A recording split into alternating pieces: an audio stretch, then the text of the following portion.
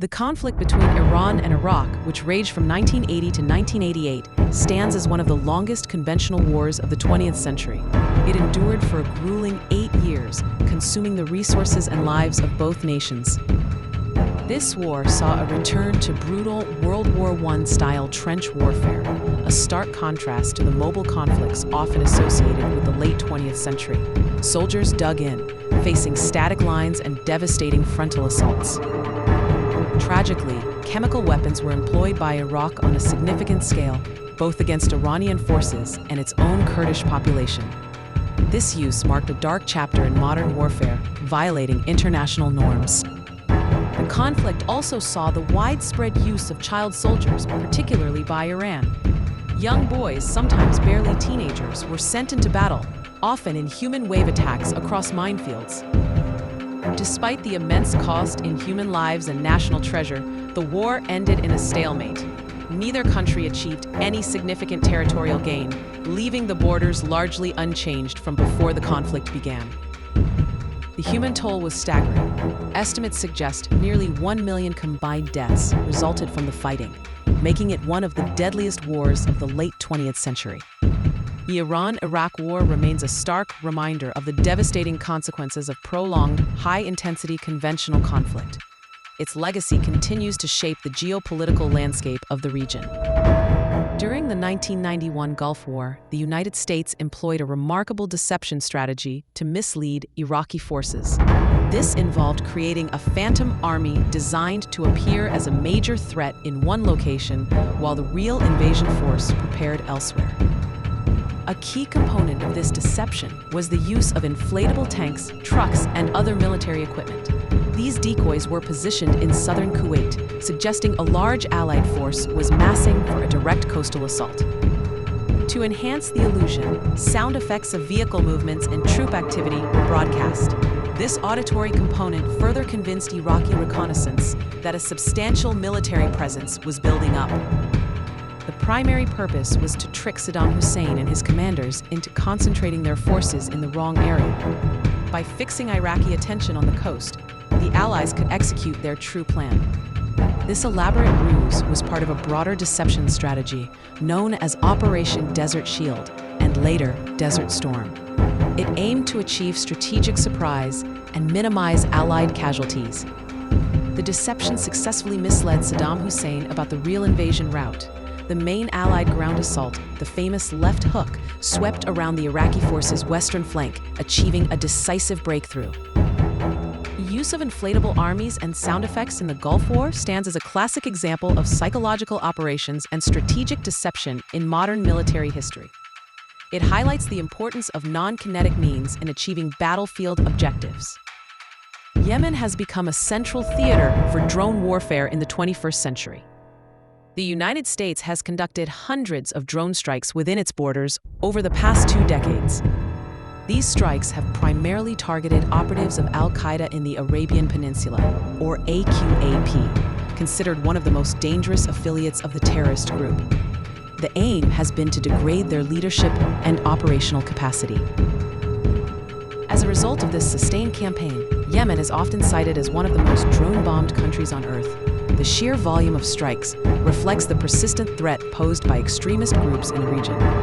However, the extensive use of drones has also led to significant controversy. Numerous reports have documented civilian casualties resulting from these strikes. Critics argue that the strikes have sometimes killed innocent bystanders, fueling resentment and potentially aiding extremist recruitment. The lack of transparency surrounding targeting decisions exacerbates these concerns. The drone war in Yemen highlights the complex ethical and strategic challenges of counterterrorism operations conducted remotely. It raises questions about accountability, sovereignty, and the long-term impact on civilian populations. The ongoing conflict in Yemen, coupled with the persistent drone campaign, has created a humanitarian crisis and a highly unstable security environment. The targeted nature of the drone strikes is undeniable, but so too are their unintended consequences. In a bizarre and controversial episode during the 1980s, the United States found itself in the extraordinary position of secretly supplying weapons to both Iran and Iraq simultaneously. This complex double dealing fueled an already brutal war. Publicly, the U.S. supported Iraq against Iran, viewing Saddam Hussein's regime as a bulwark against the Revolutionary Islamic Republic. This support included providing intelligence and economic aid. However, behind the scenes, elements within the U.S. government engaged in secret arms sales to Iran. This clandestine operation became known as the Iran-Contra affair. The motivation for selling arms to Iran was multifaceted, including attempts to secure the release of American hostages held in Lebanon and to fund Contra rebels fighting the Sandinista government in Nicaragua. This secret dealing directly contradicted the stated U.S. policy of isolating Iran and supporting Iraq. It represented a significant departure from conventional foreign policy. The revelation of these secret arms sales caused a major political scandal in the United States. It exposed a complex web of covert operations and questionable decision-making at the highest levels of government. Supplying weapons to both belligerents in a devastating war was widely condemned. It prolonged the conflict and contributed to the immense suffering endured by both Iranian and Iraqi populations. This episode remains a stark example of the complexities and moral compromises that can arise in the pursuit of geopolitical objectives in the Middle East. It underscores the often hidden dimensions of international relations. In 2017, the United States deployed the largest non-nuclear bomb ever used in combat, the GBU-43B Massive Ordnance Air Blast, or MOAB, often nicknamed the mother of all bombs. This immense weapon was dropped on a complex of caves and tunnels used by ISIS fighters in the Aqim district of Afghanistan's Nangarhar province. The target was a deeply entrenched enemy position. The MOAB is a conventional explosive weapon, not a nuclear one, but its destructive power is immense. It is designed to create a massive blast wave capable of clearing large areas and destroying underground structures. The bomb weighs over 21,000 pounds and has a blast radius estimated to be up to a mile. Its deployment was intended to have a significant psychological impact as well as physical destruction. The use of such a powerful weapon generated considerable international attention and debate. It highlighted the intensity of the fight against ISIS and the lengths to which military forces would go to eliminate the threat. While the target was an ISIS stronghold, the use of such a large bomb in a populated region raised concerns about potential collateral damage. The remote location of the strike helped mitigate some of these risks. The deployment of the MOAB in Afghanistan remains a notable event in the history of modern conventional warfare.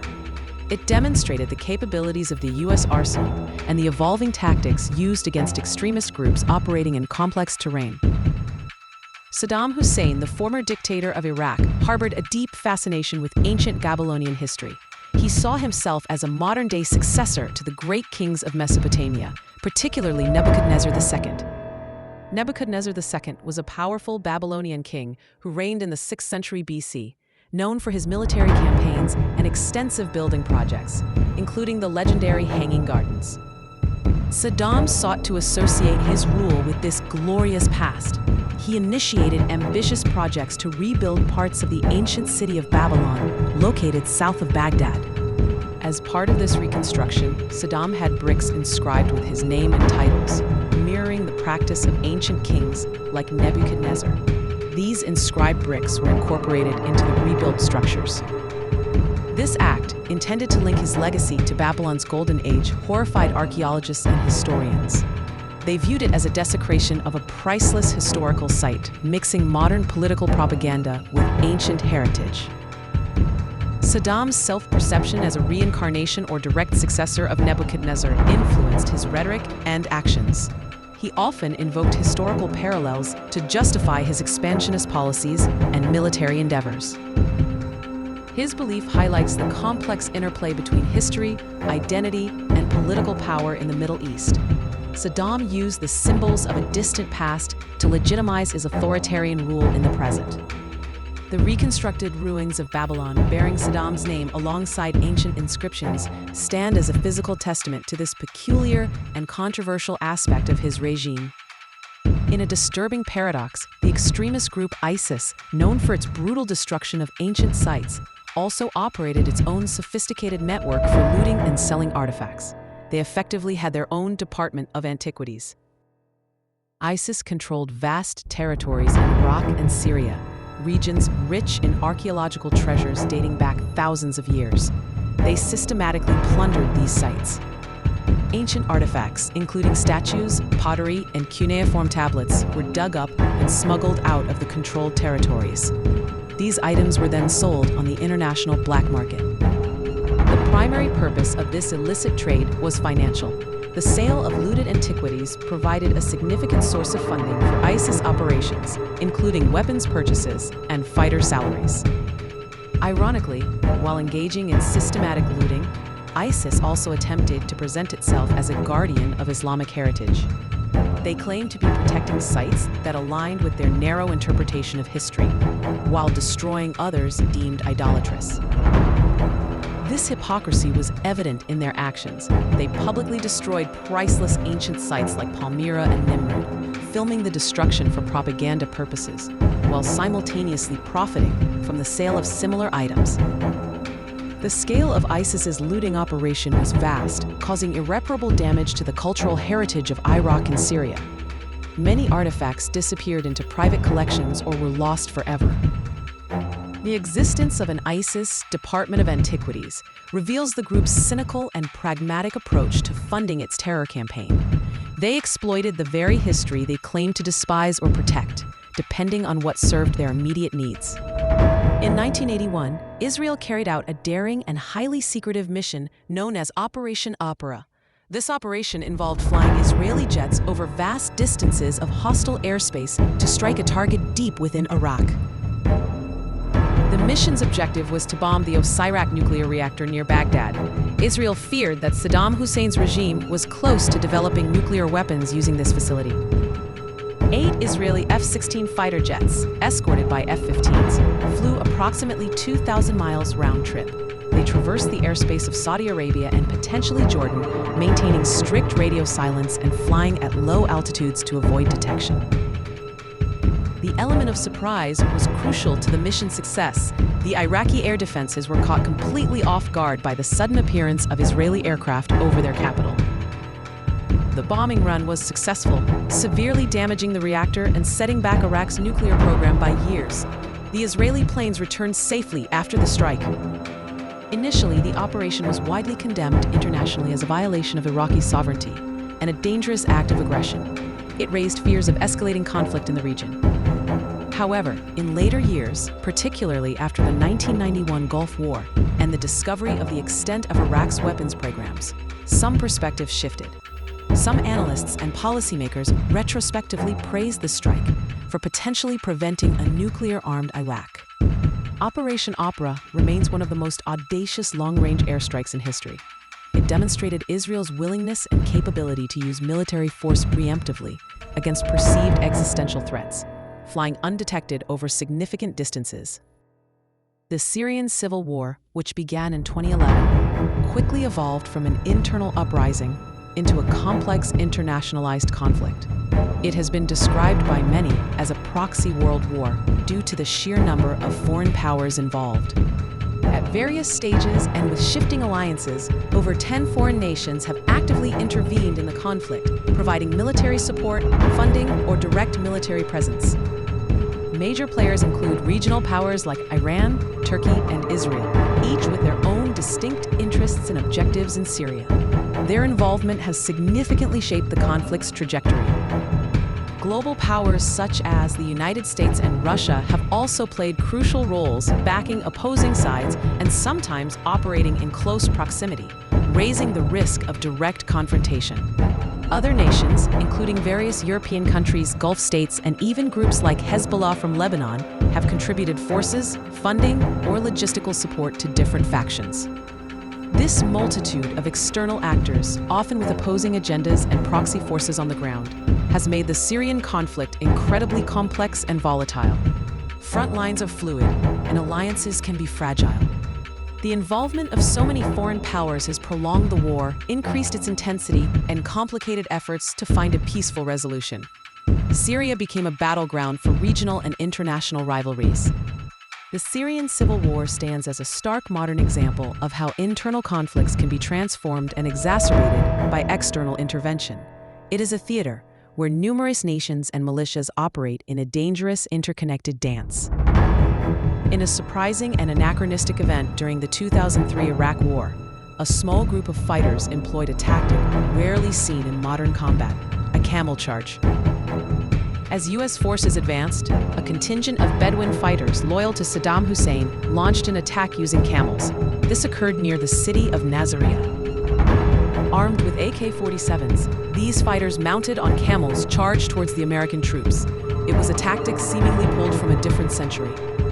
Camels, while resilient and well-suited to desert terrain, are highly vulnerable to modern automatic weapons fire. The charge was quickly repelled by the U.S. forces. This incident is believed to be one of the last known instances of camel cavalry being used in a direct charge in modern warfare. It was a fleeting, desperate act against overwhelming technological superiority. The outcome was predictable and tragic for the camel cavalry. They suffered heavy casualties, and the charge had no significant impact on the battle's outcome. This bizarre event serves as a poignant, if brief, illustration of the clash between traditional forms of warfare and the realities of 21st century military technology. It highlights the diverse and sometimes unexpected tactics encountered in conflict zones, even amidst high-tech operations. The camel charge in 2003 remains a curious footnote in the history of modern Middle Eastern wars.